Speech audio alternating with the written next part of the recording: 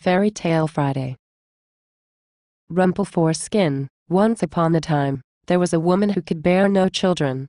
She and her husband felt much sorrow with every passing year. So the woman, having nothing much to lose, consulted a mean old witch who lived in the scary woods. She brought with her lettuce, for she had read in other fairy tales that witches are fond of lettuces for some reason. The witch accepted the lettuce and told her, on the next full moon, allow your husband to hit it doggy style.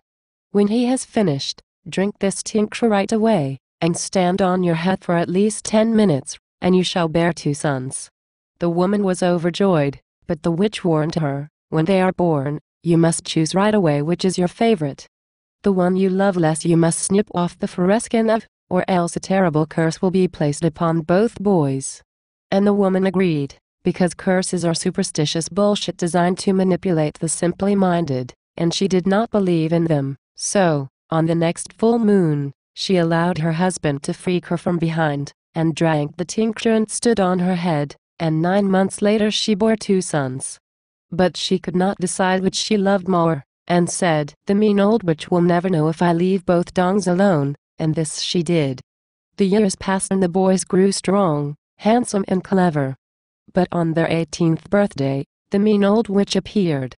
The debt of 1 foreskin will be paid, she said, which didn't make any sense to anyone but the boy's mother, who was sweating like a hooker in church right about then. Dickie was afraid, but Peter was not, and said to his brother, don't worry, I will go with the mean old witch and pay our debt. Peter went with the witch into the scary forest, and she enslaved him and called him Rumpleforeskin. Rumpleforeskin was sad and lonely in the scary forest, but a fairy visited him and told him the secret to freedom from his grief. Rumpleforeskin, you must rise to the occasion, and work very hard under the mean old witch. Be solid, upstanding and firm, and never wilt under pressure. If you can get the witch to admit that your performance has satisfied her, the curse will be broken and you will go free. Rumpleforeskin did this. He stood tall, and held his head high, and put forth the effort of many men.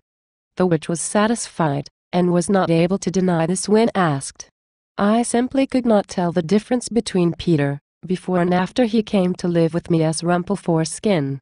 He is a man. The mean old witch turned into a sexy maiden and begged Peter to stay, but he would not. There was much celebrating when Peter and Dickie were reunited, and everyone agreed that there wasn't any noticeable difference in Peter, despite his ordeals. If anything, he was more hygienic and looked bigger for some reason, even though he had not grown. They feasted upon lettuces. And they all lived happily ever after.